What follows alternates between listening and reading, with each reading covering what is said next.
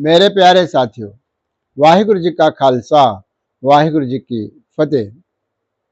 परसों हमने धन धन साहब श्री गुरु अर्जन देव जी महाराज की पवित्र पावन वाणी श्री सुखमनी साहिब जी की 8वीं अष्टपदी की प्रारंभता की है, जिसमें हमने श्लोक का विचार किया है। आज श्लोक के बाद जो पौड़ियाँ आएंगी, जो पदे आएंगे, उसका विचार करेंगे। 8वीं अष्टपदी की पहली पौड़ी की विचार आज हम करने जा रहे हैं। आओ हम सीधे वाणी से जुड़ें। इस पौड़ी में गुरु महाराज, जैसे मैंने पहले बताया, ब्रह्म ज्ञानी की व्याख्या कर रहे हैं। सारी अष्टपदी के अंदर ब्रह्म ज्ञानी क्या है, ब्रह्म ज्ञानी कौन है और ब्रह्म ज्ञानी की पहचान क्या है, ब्रह्म ज्ञानी का स्वभाव क्या है और ब्रह्म ज्ञानी का लक्षण क्या है, ये सब इस अष्टपदी के अंदर गुरु महाराज ने बड़े विस्तार के साथ हमें कहा है। तो हम पौड़ी आरंभ करते हैं। गुरु महाराज फरमान कर रहे हैं, ब्रह्म ज्ञानी सदा निर्लेप। अष्टपदी में फरमान कर रहे हैं। ऊपर सिरलेख है अष्टपदी, यानी 8 पदों का एक समुच्चय है। उसके अंतर्गत ब्रह्म ज्ञानी का अर्थ है जिसने ब्रह्म को जान लिया, जिसको ब्रह्म का ज्ञान है। ब्रह्म का अर्थ है परमात्मा। जिसने परमात्मा को जान लिया है, ऐसे संत को, ऐसे महापुरुष को कहते हैं ब्रह्म ज्ञानी। और इस ब्रह्म ज्ञानी का स्वभाव और लक्षण क्या होता है? गुरु महाराज कहते हैं सदा निर्लेप। जो ब्रह्म ज्ञानी बन गया है वह हमेशा निर्लेप रहता है। निर्लेप का अर्थ है अलिप्त रहता है। फिर विषय और विकार उसको स्पर्श नहीं कर सकते। वह विषय विकारों में, संसार में, परिवार में रहते हुए भी इन विषय विकारों से, माया से निर्लेप रहता है। कैसे निर्लेप रहता है? आगे कहते हैं, जैसे जल में कमल अलेप। जिस प्रकार से जल के अंदर, छोटे से सरोवर के अंदर, ताल के अंदर जो कमल फूल खिलते हैं, वह पानी में रहकर भी पानी से ऊपर रहते हैं। अलेप का अर्थ है अलिप्त।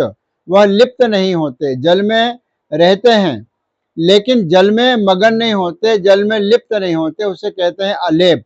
अलेप का अर्थ है निर्लिप्त।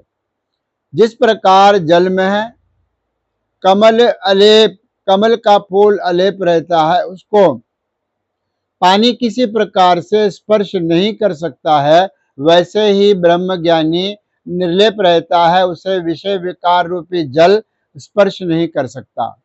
फिर कहते हैं, ब्रह्म ज्ञानी सदा निर्दोष। जो ब्रह्म ज्ञानी है सदा ही निर्दोष का अर्थ है उसके अंदर किसी भी प्रकार का दोष नहीं है। निर्दोष का अर्थ है कि दोष का अर्थ है किसी प्रकार का जो ऐब है वह ब्रह्म ज्ञानी के अंदर नहीं रहता। फिर आगे कहते हैं किस प्रकार से नहीं रहता, उसका उदाहरण देके कहते हैं, जैसे सूर्य सर्व को सोख। जिस प्रकार से जो सूरज है सभी को सोख लेता है। अच्छा पानी हो तो भी सोख लेगा, बुरा पानी हो तो भी सोख लेगा, मटमैला पानी हो तो भी सोख लेता है। यानी उसके अंदर की जो सोखने की शक्ति है वह सबको एक प्रकार से एक साथ जो लागू होती है। जिस प्रकार से सूरज सारों को सोख लेता है, उसी प्रकार जो ब्रह्म ज्ञानी है सारे दोषों को सोख लेता है, उसमें कोई दोष नहीं बचता। फिर कहते हैं, ब्रह्म ज्ञानी का दृष्ट समान। जो ब्रह्म ज्ञानी है उसकी जो दृष्टि है, देखने का जो तरीका है, वह एक समान है। वह राजे को भी उसी दृष्टि से देखेगा जिस दृष्टि से वह गरीब को देखेगा। उसके दृष्टि में, देखने में और सोचने में किसी प्रकार का भेद नहीं होता। वह हर प्रकार के भेदों से ऊपर होकर के एक दृष्टि से, समदृष्टि से वह सबको देखने वाला होता है।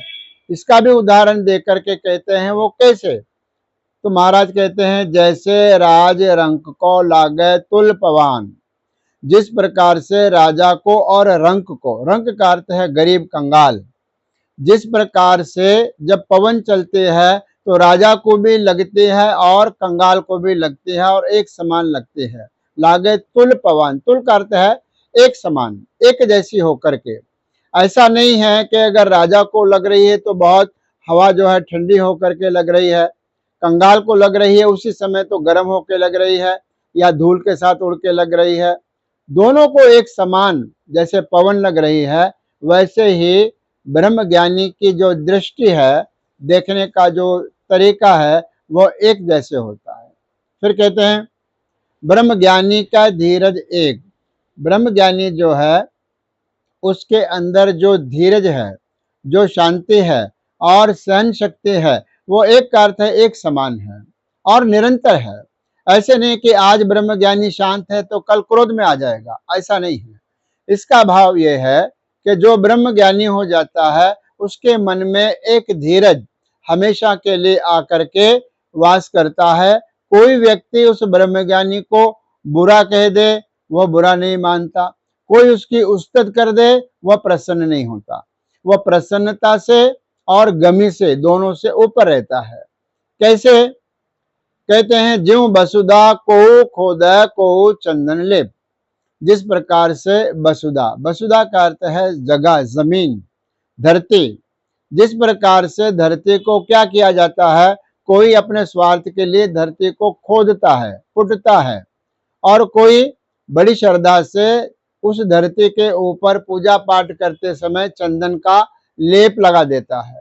तो धरती का स्वभाव एक समान है। खोदने वाले को भी वह उसी दृष्टि से देखेगी जिस प्रकार से चंदन का लेप लगाने वाले को देखेगी। धरती के अंदर कोई भेद नहीं है। चाहे उसे आप खोद दें, चाहे उसके ऊपर आप लेप चढ़ा दें, चाहे उसके ऊपर आप गंदगी फैला दें, चाहे अच्छे पानी से उसको धो दें, धरती का स्वभाव सबके लिए एक जैसा है। कोई उसको खोदे, कोई उसको चंदन चढ़ाए। उसी प्रकार से ब्रह्म ज्ञानी का जो स्वभाव है वो सभी के लिए एक जैसा है। फिर कहते हैं ब्रह्म ज्ञानी का यह गुणाओ। जो ब्रह्म ज्ञानी है उसका गुणाओं का अर्थ है गुण। ब्रह्म ज्ञानी का यह गुण है।